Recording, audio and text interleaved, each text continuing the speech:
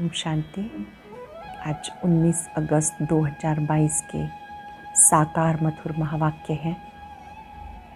आज बाबा हम सबको बहुत सुंदर बात सिखा रहे हैं कि आप इस पाठशाला में आए हो अपनी तकदीर बनाने के लिए। बाबा से आपको सृष्टि के आदि मध्य अंत की नॉलेज मिली है।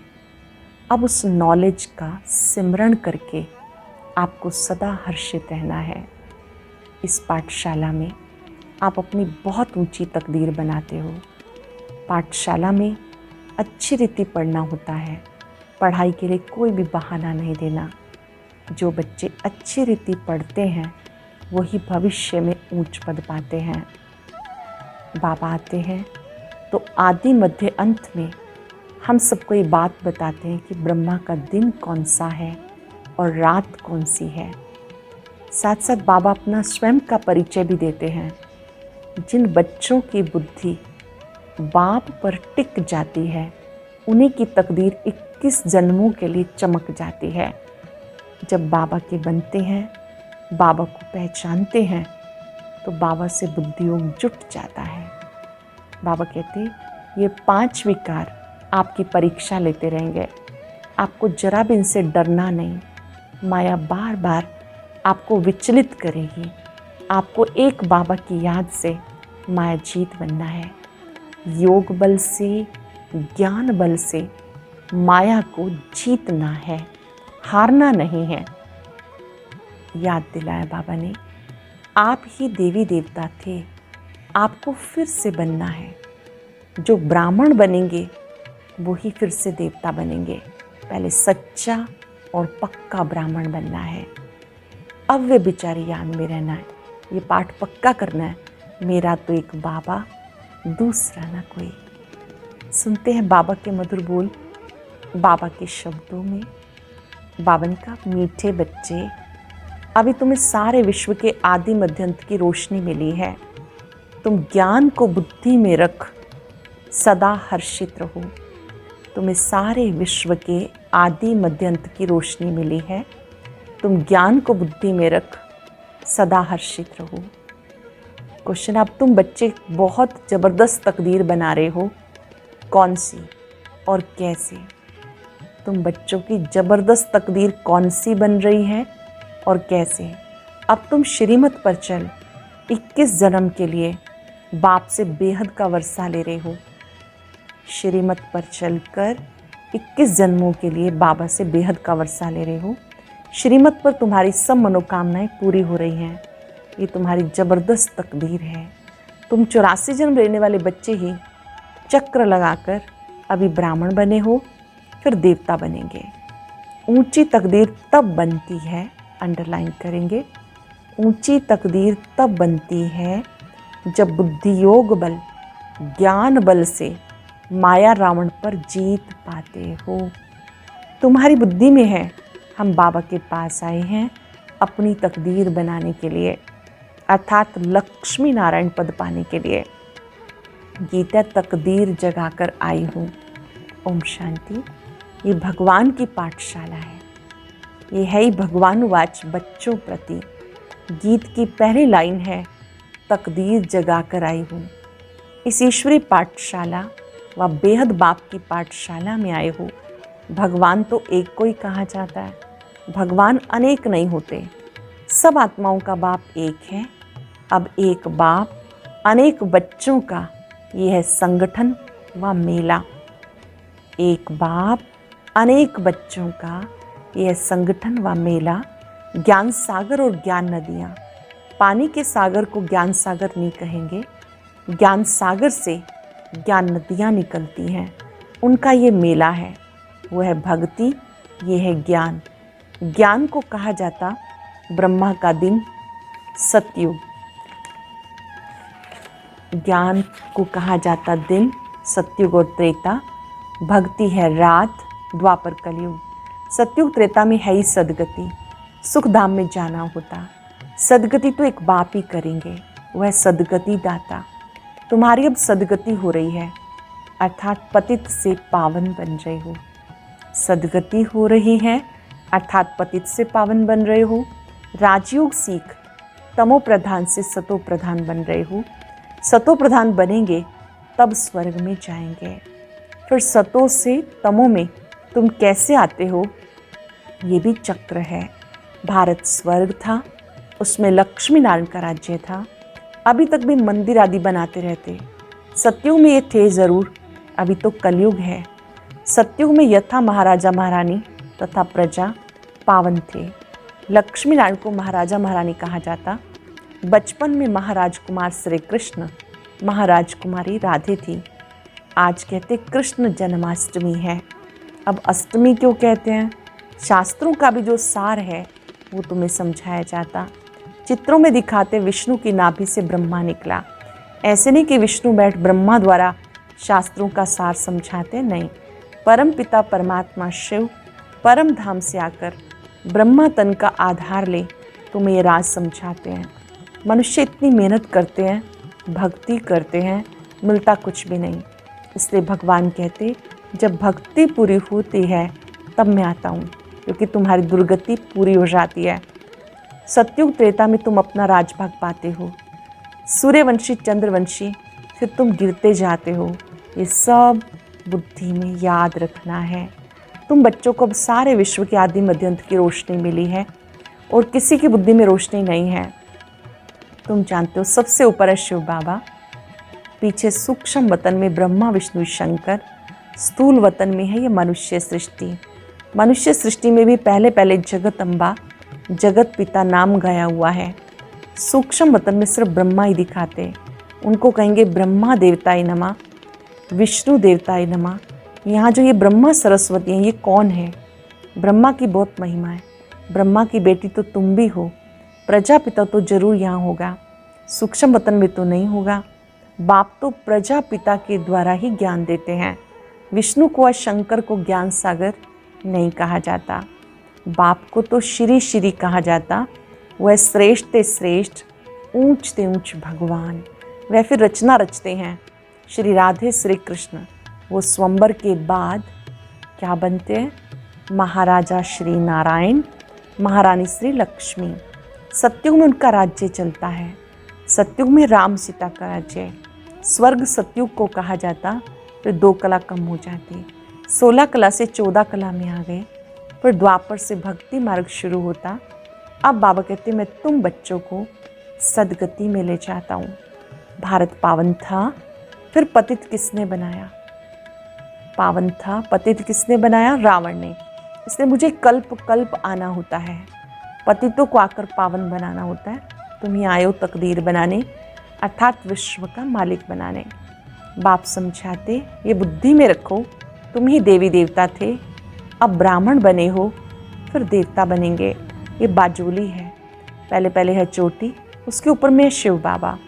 फिर ये ब्राह्मणों की रचना रची, एडॉप्ट किया। जैसे बाप बच्चों का पिता है, वह हद के पिता, ये है बेहद का। प्रजापिता ब्रह्मा को ग्रेट ग्रेट ग्रैंडफादर कहा जाता। इस संगम पर उनकी महिमा है, जबकि शिव बाबा आकर एडॉप्ट करते हैं ब्रह्मा सरस्वती और तुम बच्चों को। अब फिर तुमको पावन बना रहे हैं। जानते हो बाप से फिर से वर्षा लेने आए हैं। हम बाबा से फिर से वर्षा लेने आए हैं, कल्प कल्प लेते आए हैं। फिर जब रावण राज शुरू होता है तो गिरना शुरू होता है, अर्थात पतित से पावन बनते हैं। अब सारी सृष्टि में रावण राज्य है, सब दुखी हैं, शोक वाटिका में हैं। सतयुग में दुख की कोई बात नहीं। आज श्री कृष्ण जन्माष्टमी, कहते देवकी को 8वां नंबर बच्चा श्री कृष्ण पैदा हुआ। अब 8वां नंबर श्री कृष्ण जन्म लेगा क्या? श्री कृष्ण का जन्म तो सतयुग में है। वह बैकुंठ का फर्स्ट प्रिंस है, उन्हें फिर द्वापर में ले गए, तो ये गपोड़ा हुआ ना। अब तुम बच्चे जानते हो वह आत्मा अंतिम जन्म में पढ़ रही है। सतयुग में श्री कृष्ण के माँ बाप को 8 बच्चे होते नहीं। ये शास्त्र भी ड्रामानुसार सब पहले से बने हुए हैं। अब बाप सब शास्त्रों का सार समझाते। भगवान वाच तुम्हें ये ज्ञान सुनाते हैं, इसमें गीत व श्लोक आदि की कोई बात नहीं, ये तो पढ़ाई है। बाकी शास्त्र आदि सब भक्ति मार्ग की सामग्री है। भक्ति मार्ग शुरू होने से ही पहले पहले शिव बाबा का सोमनाथ मंदिर बनाते, भक्ति मार्ग शुरू होता, सबसे पहले सोमनाथ का मंदिर बनाते। पहले होती है शिव बाबा की अव्यभिचारी भक्ति। ये है शिव बाबा का अव्यभिचारी ज्ञान, जिससे तुम पावन बनते हो। भक्ति के बाद वैराग गाया जाता। तुम्हें सारी पुरानी सृष्टि से वैराग है।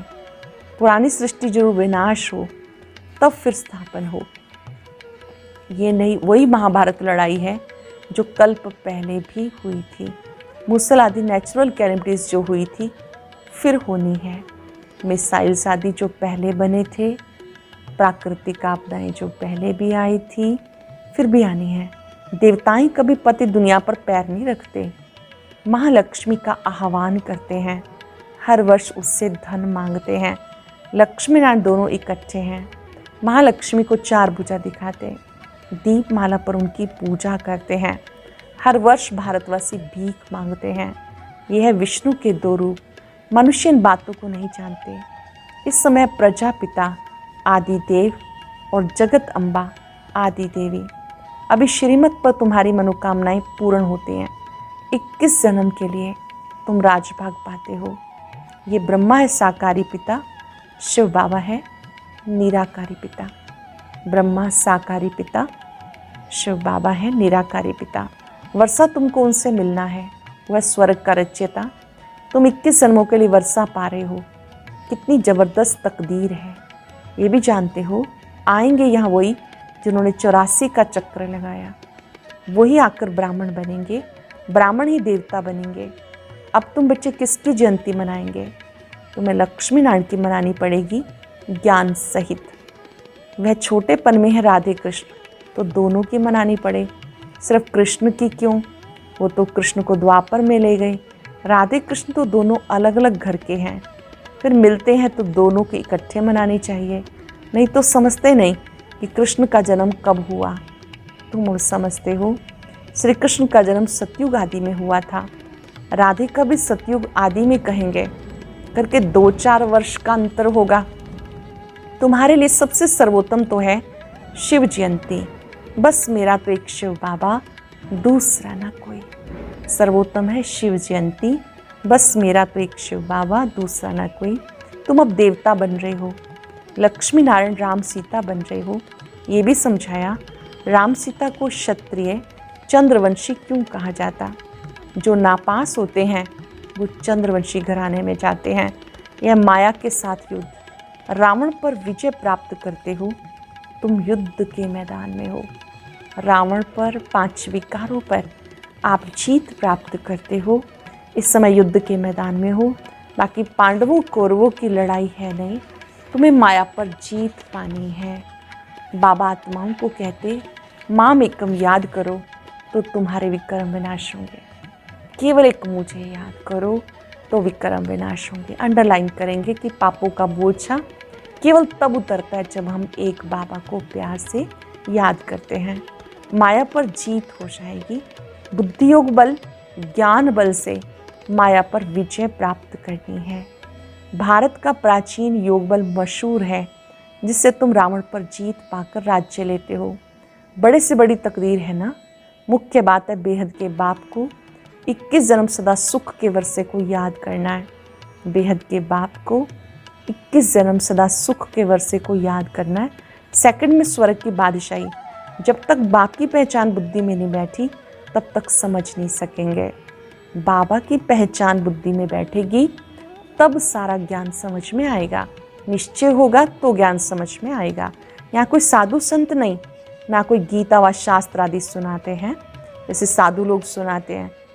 गांधी जी भी गीता सुनाते थे, फिर गाते थे पतित पावन सीताराम। अब गीता तो भगवान ने गाई। अगर गीता का भगवान कृष्ण था तो फिर राम सीता को क्यों याद करते थे? वास्तव में सीताएं तुम हो, राम है निराकार। राम निराकार भगवान, सब भगत हैं। पुकारते हे राम, हे भगवान, आप आकर हम सीताओं को पावन बनाओ।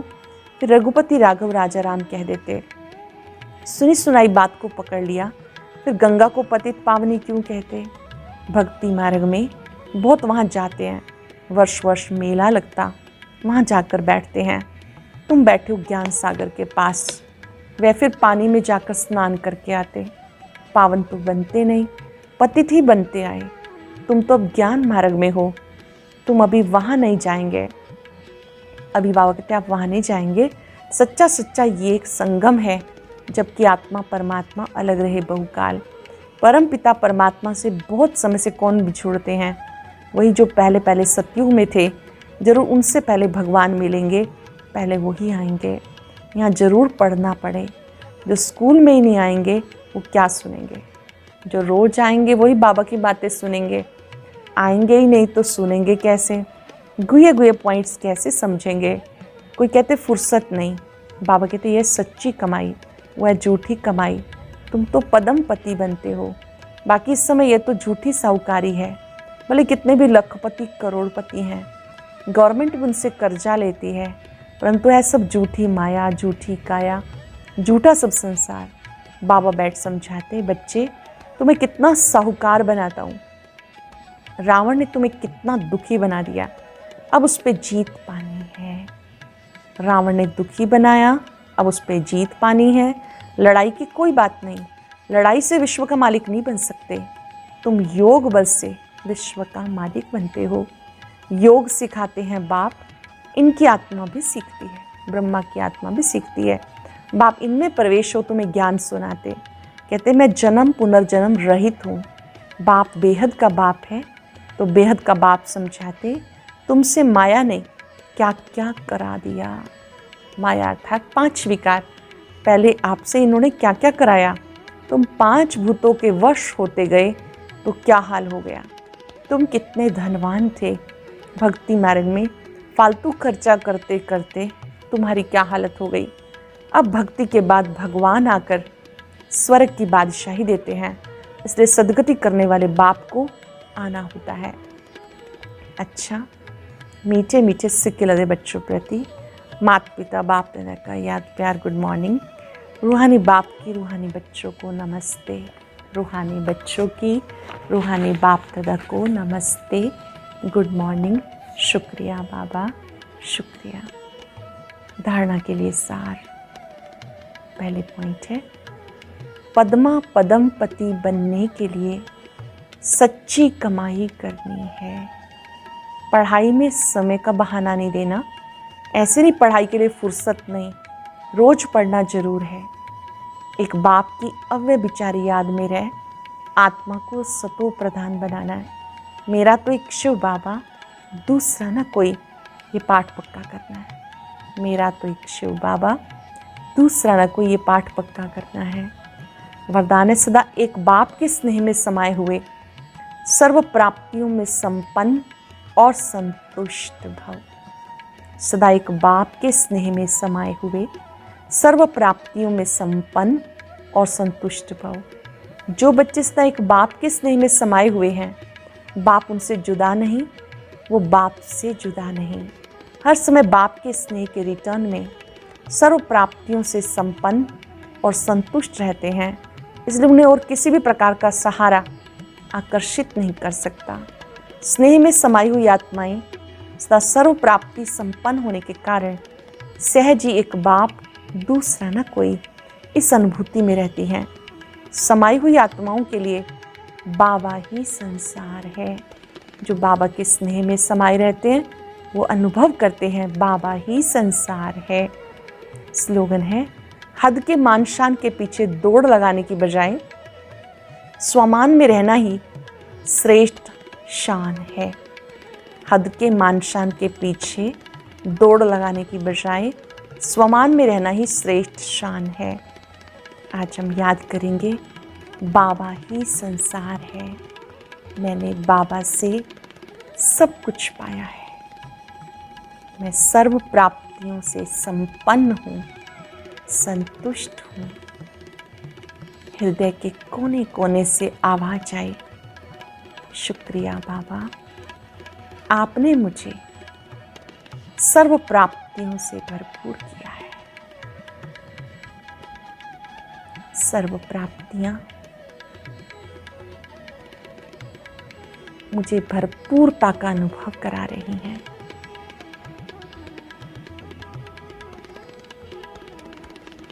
आप में ही सारा संसार है। मैं आपको पाकर बहुत खुश हूँ, संतुष्ट हूँ। आपने मेरा जीवन हीरे तुल्य बना दिया, बहुमूल्य बना दिया, जीवन जीने की कला सिखा दी। आपका शुक्रिया। आप ही मेरा संसार है। शुक्रिया, शुक्रिया।